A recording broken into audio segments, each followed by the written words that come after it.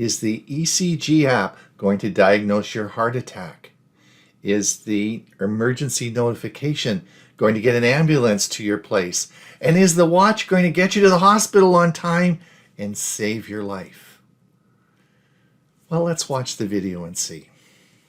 In this video, I'm going to explain 5 medical features on the Galaxy Watch 4 to help you make a purchase decision. I'm going to look at fall detection, ECG cardiac monitoring, blood pressure, oxygen sensor, and sleep assessment. Let's have a look at this. Ron Brown with Tech for Seniors. I'm going to give you a physician's opinion on the Galaxy Watch 4. A little bit different twist. I'm going to look at 5 health features evaluated from a physician's point of view. A little bit of a twist here. I'm going to talk about what the feature is, how does it work, and what's my medical point of view as a physician who has practiced for the past 40 years looking after folks like yourself. So I want to give you some information that might affect your purchase decision on the Galaxy Watch 4. So let's have a look at this. Now you know the routine. If you like the video, please click the like.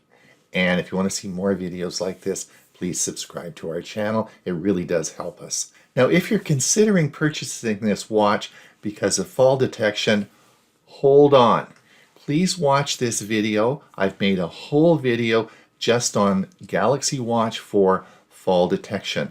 I'm going to put it in the link below in the description. Please watch the video if you're considering purchasing the watch for fall detection. Now, what is fall detection? Well, fall detection has 2 parts. There's the part of falling, and then there's the notification for someone to come and help you after you've fallen. So how does a watch know that you've fallen? Well, of course, there is the act of falling. Whether you fall, you stumble, or hurt yourself, there's some sort of fall involved. And this is analyzed with what we call an accelerometer. This is a small device, it's a chip in your watch that determines your fall. There's software in your watch that can tell when you've fallen, and there is an algorithm there that determines how the fall has occurred and that it is a serious fall and that you may need help. So after you've fallen, there is emergency notification, and this occurs through your phone, your cellular phone. So your watch is linked to your cell phone through Bluetooth, and after you've fallen, then the second part is emergency notification for help. Now in the Galaxy Watch 4, there are 2 ways that the emergency notification can be activated. It can be activated manually by hitting the home key 3 times, or the software will detect if you've fallen. Now your emergency contacts can be set up in 2 groups. One is to send an emergency message to whoever you decide, and the second is to make an SOS call to either 911 or whoever you decide that would be an emergency responder. So you have two people are going to get, 2 individuals or 2 people are going to get the emergency notification.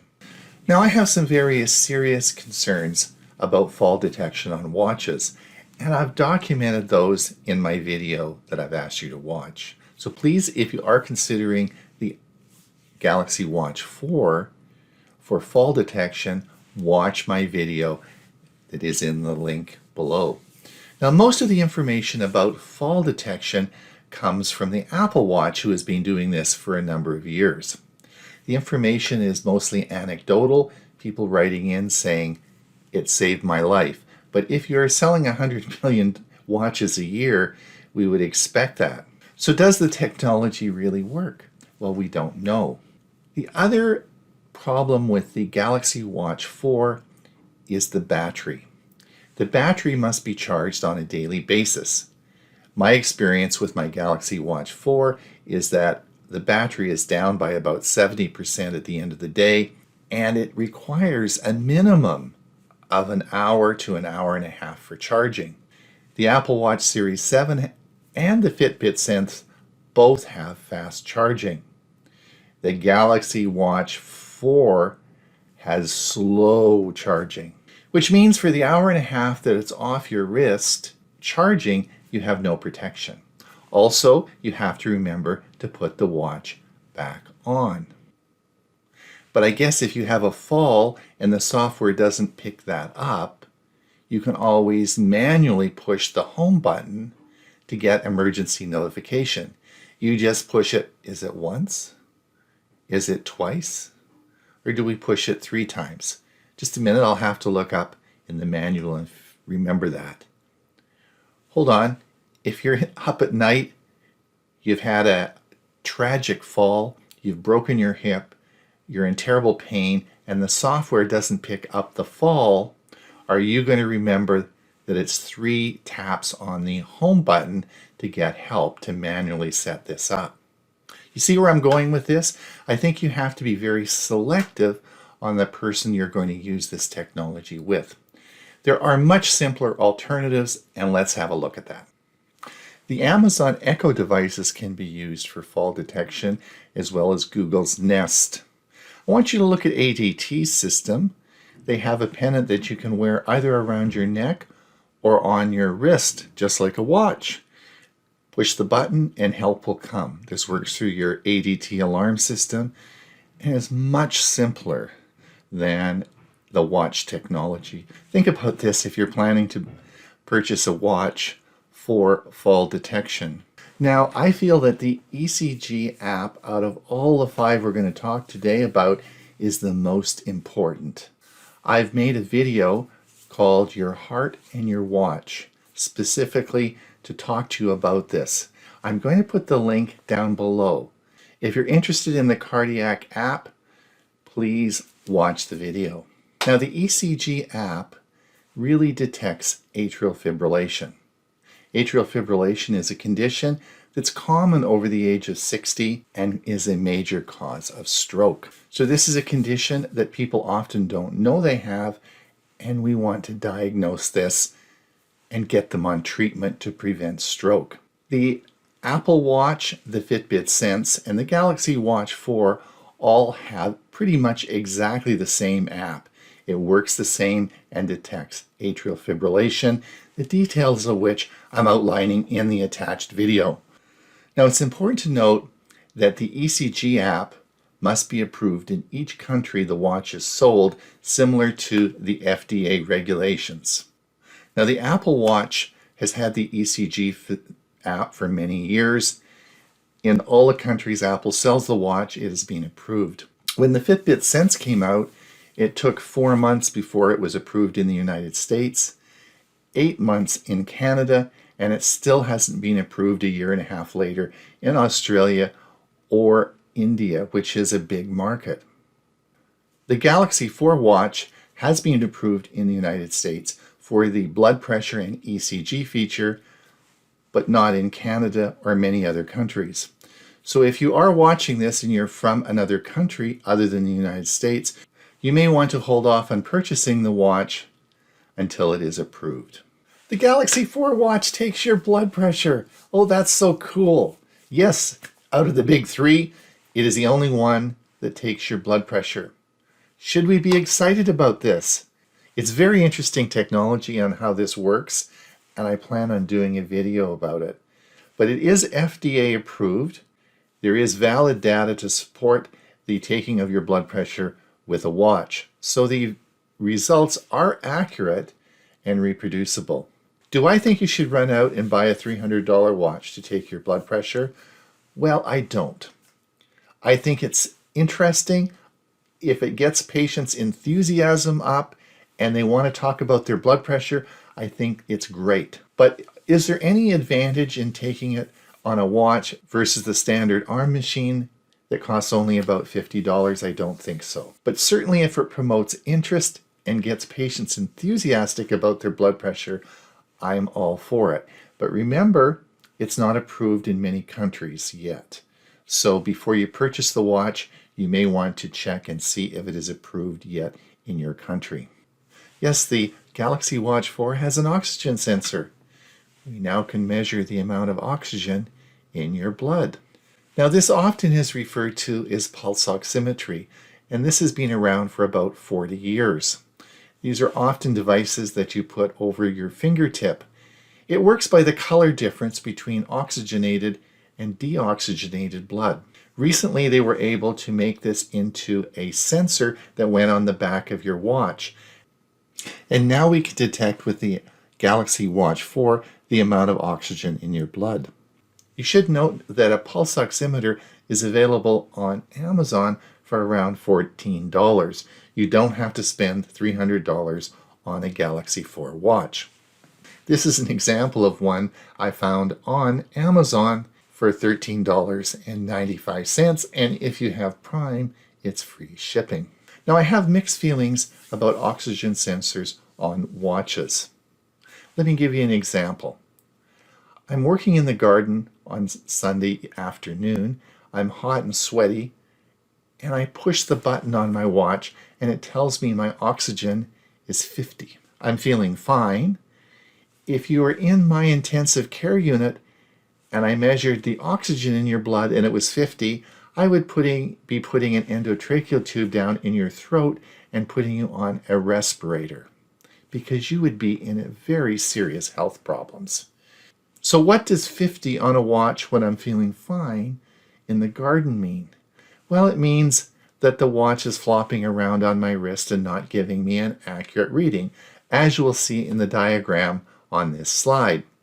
This is a friend of mine who had a watch but couldn't keep it too tight on her wrist because it caused some neuropathy in her hand. Can you imagine what the sensor is going to read on a wrist like that? So the readings are prone to error, and you have to be careful with positioning the watch on your wrist. And again, what to do with the medical information. Now, I think this is one of the situations where it could be valuable if you consult your healthcare provider. It may be with all the fires in California this year, you may, if you have COPD, you may be coughing more, and maybe this can be used as one of the tools to decide when you might want to use your rescue inhalers. So this could all be part of a health management program that you could work out with your healthcare provider. I'm very concerned that when we start to use medical information, we get subject to fraud. And we're starting to see, yes, you're not going to believe it, but the old fraud that's been around for 80 or more years, oxygen pills are coming back on Amazon. Also, you're seeing massage therapy devices to help improve your oxygen levels in your body. As my mother used to say, a fool and their money are soon parted. So be very careful with what you do with the results of this oxygen sensor. The Galaxy 4 watch assesses your sleep. Now this is a big topic, and I've made a specific video on this titled Sleep Track with a Watch, Which One is Best? I've put the link in the description below. If you're interested in getting a watch to assess your sleep, please watch that video. On full disclosure, I purchased out of my own retired money the Fitbit Sense and the Galaxy Watch 4. I wore them both to bed for a week and collected the data. I described my results in the video, and I think you'll find it very interesting. Now, the ability to measure sleep is done with a medical device called a polysomnogram, PSG. And if you look over on the left side, you'll see an individual with all sorts of little stickies on his face, head, and chest. We're actually measuring his brainwave activity.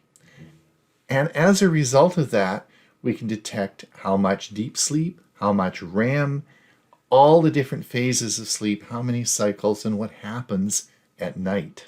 So how does your watch measure all that information, because it's not putting little stickies all over your head? Well, it does it with its own sensors. It measures your respiratory rate, your heart rate, the heart rate variability, movement, and temperature. And based on those sensors, it guesses what your brainwave activity is going to be. In other words, it's called an algorithm. And you know, the Fitbit Sense and the Galaxy Watch 4 each have their own algorithm.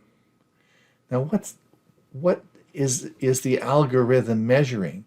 Well, they won't tell us. It's actually a secret. So how well does the watch measure brainwave activity using those features? Well, that's an interesting question, isn't it? So I wore a watch on each wrist and went to bed 7 nights. So I measured the total amount of sleep I had each night, and then I looked at how much deep sleep, REM, and all the different cycles there were each night and compared the two watches. So what did I find? Well, let's look at the total amount of sleep I got. Well, it was usually right. If I felt like I got a lousy night's sleep, yeah, it usually told me I got a lousy night's sleep. The amount of hours of sleep varied greatly between the two watches, up to 2 hours. Ooh, that's interesting. And then there was the assessment of the different phases of sleep, the REM sleep, the deep sleep, the sleep cycles that we talked about, and there was no correlation whatsoever. We had completely different results. You wouldn't even thought it was the same person with one watch on one arm and one watch on the other. So which one's right? I suspect if I had yet a third and fourth watch, it would all be different again. And there's no correlation to that EEG. Remember the one that had all the stickies over the head that's measuring your brain wave. So what are they measuring? How accurate it is? Well, I think there's a lot of hocus pocus here. So what's my opinion? I think if it promotes interest in your sleep patterns, that's great. I think the data is highly questionable and certainly doesn't correlate with the two watches I tested. And maybe sleep patterns measured by a watch are a little bit fictional. I think if it promotes interest in sleep, that's great. A lot of these watches want you to purchase further software to analyze your sleep. And as a result of all the analysis, you're going to come up with the 6 tips from the Mayo Clinic that are free, and I'm going to give them to you on how to get a better sleep. There they are. You can see that. So you can save your money by buying a watch and doing the assessment, because at the end of the day, this is what you're going to come up with. The purpose of this video is to provide you with information on the medical features of the Galaxy 4 watch. Hopefully this will guide you in your purchase decision. I enjoy my Galaxy 4 watch, and every day I get a new beep that leads me to a new feature and a new adventure. It's becoming a good friend, and I miss it when I forget to put it on. Please like this video and subscribe to our channel. Today's tips on Chromebooks. Today we're going to talk about transferring photos from your phone to your Chromebook, moving the shelf on a Chromebook, right-clicking on a Chromebook, and symbols and Unicodes on a Chromebook. I'm Hewie Poplock. Transferring photos from your phone to your Chromebook using either an iPhone or an Android phone. If you use an iPhone as your personal smartphone and a Chromebook at home or at work or even at school, you might want to move files between these devices. One of the most common requests is to move photos from an iPhone to a Chromebook. The good news is there are a few convenient options on how to transfer your photos. Depending upon your level of integration with the Google ecosystem, you can choose to use cloud storage or sync directly using USB. Either way, you'll be able to enjoy your full resolution iPhone photos on your Chromebook. Let's take a look at the options in more detail. Using Google Photos for cloud syncing. If you want an easy way to get your iPhone photos on a Chromebook without a hassle, cloud syncing is your best bet. Apple and Google both have incredibly popular photo apps. As a loyal Android and Chrome user, I'd argue that Google's solution is a better one, which is actually nice because it's also available on iOS. Apple doesn't make their Photos app available on Android, so you really need to go with the Google solution here to sync your photos to your Chromebook in the cloud using the first-party solution. If you simply install the Photos app on your iPhone and choose to sync full quality images, all of your photos will be available in the Photos app on your Chromebook. You can also access all your photos using Google Photos web app as well. This by far is the easiest solution, but of course there's the issue of original quality backups and paying for this storage from Google if you take a lot of photos. It's also possible to manually transfer photos, which we'll cover next. But that's quite a bit more complicated than just using Google Photos. Keep in mind that most Chromebooks don't have a lot of storage on board, so you may not be able to locally store every single photo you take anyway. Now, if you use another cloud service like Dropbox, Box, or OneDrive, these also are options for syncing photos through the cloud. Amazon Photos is another option worth considering since they're currently offering unlimited full-quality backups, something Google removed from their Photos app recently. Transfer photos manually over USB. If you prefer to take care of business the old-fashioned way, you can easily do that as well. Just physically connect your iPhone to the USB port on your Chromebook. Provide permission on your iPhone when prompted, and the Chrome OS Files app will then show the photo data from your iPhone. Keep in mind you'll need to use a USB to Lightning cable for the connection, as Apple is still using Lightning ports on the iPhone. If your Chromebook has a USB-C port, as newer Chromebooks do, you'll need a USB-C to Lightning. For older Chromebooks or budget models, you'll need a USB-A to Lightning cable. If you don't have that cable that came with your iPhone, you can easily find a number of third-party options on Amazon. However, be careful. The first time I tried to do this for this particular recording, the cord that I used was able to charge my iPhone, but it was not a data cable. So you got to make sure that it is a data cable or a cable capable of transferring data. So let's take a look at doing this. So I'm going to plug in my iPhone. When I do, you'll see that it asks to allow this device to access photos and videos. This device will be able to access photos and videos while it's connected to your iPhone. And I can either allow or not allow. So let's take a look before we tell it to allow. Let's take a look at our files. And you'll see that it does show the Apple iPhone, but if I click on it, there's nothing there. But if I tell it to allow, as soon as I do, immediately it connects, and I can either back up, so we're not going to do that, but we can take any one of these folders. Let's take this one, for instance. There is a picture here. We're going to copy it, not move it. We're going to copy it to our Downloads folder on our Chromebook. And there it is. It was taken a month ago. And if I double click it, not even sure what this picture is going to be. I double click it, it will open. It was a screenshot. So,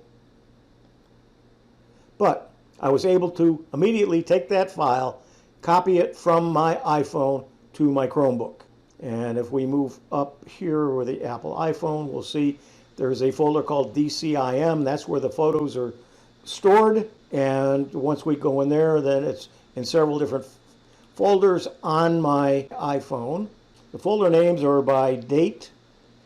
And when you open it, you'll see that it shows several different files in each one of the folders. And so I could copy all or some or just one if I wanted to. Now you ask, what about an Android phone? Let's go ahead and unplug our iPhone. And this time we're going to plug in my Android phone. The Android has a similar allow access to phone data. And let's go ahead and we'll open files again.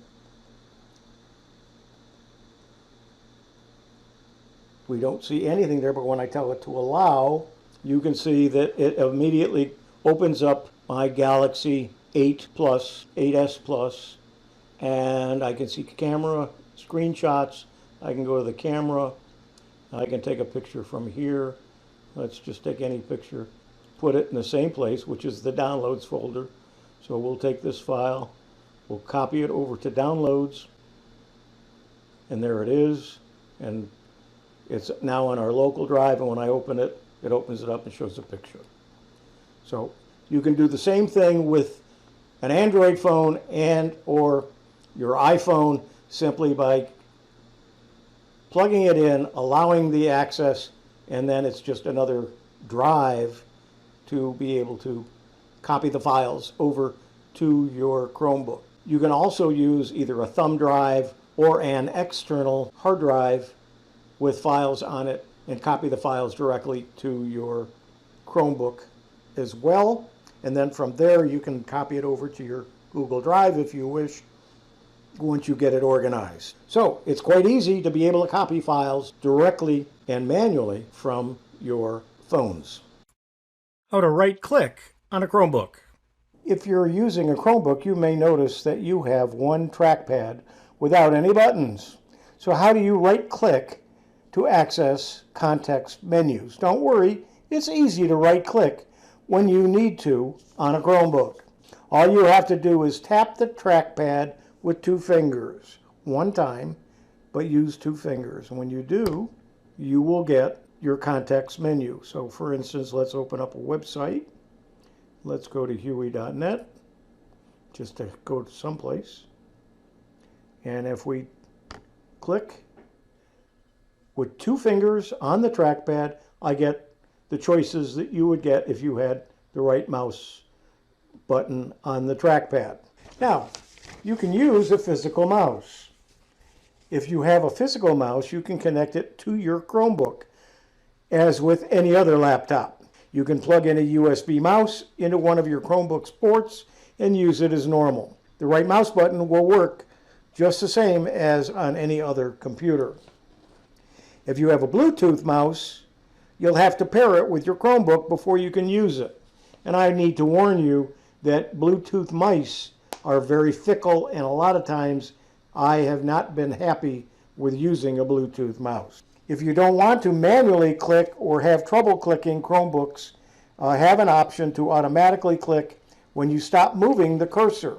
It's part of Google Chromebook's accessibility options. To enable this feature, you go to the Settings menu,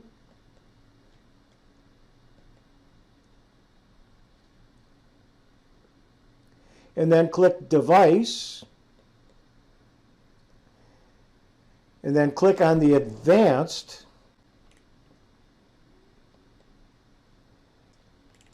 and then click on Manage Accessibility Features, and when you do, scroll down to the mouse and touchpad,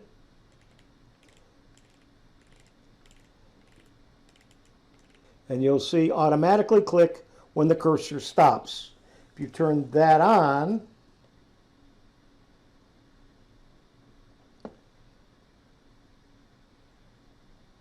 there's your left click, your right click. You can see them here, double click, so you can change it to whatever you want. The default interval is 1 second, which you can adjust in the menu. To disable automatic clicking, simply disable the automatically click when the cursor stops switch.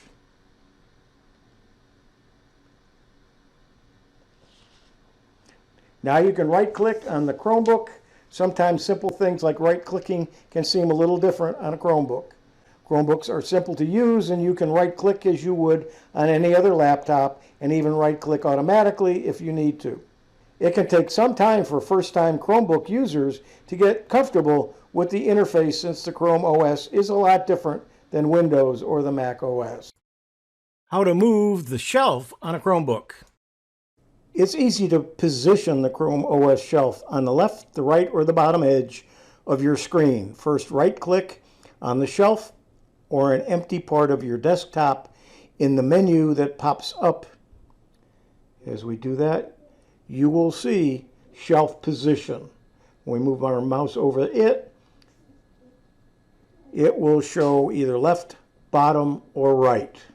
To adjust the shelf position, you go to it's on the bottom. So when you click the shelf position, you can go to the left. We're now on the left. We click again. We're going to move it to the right. We can click again. And now we can move it back to the bottom.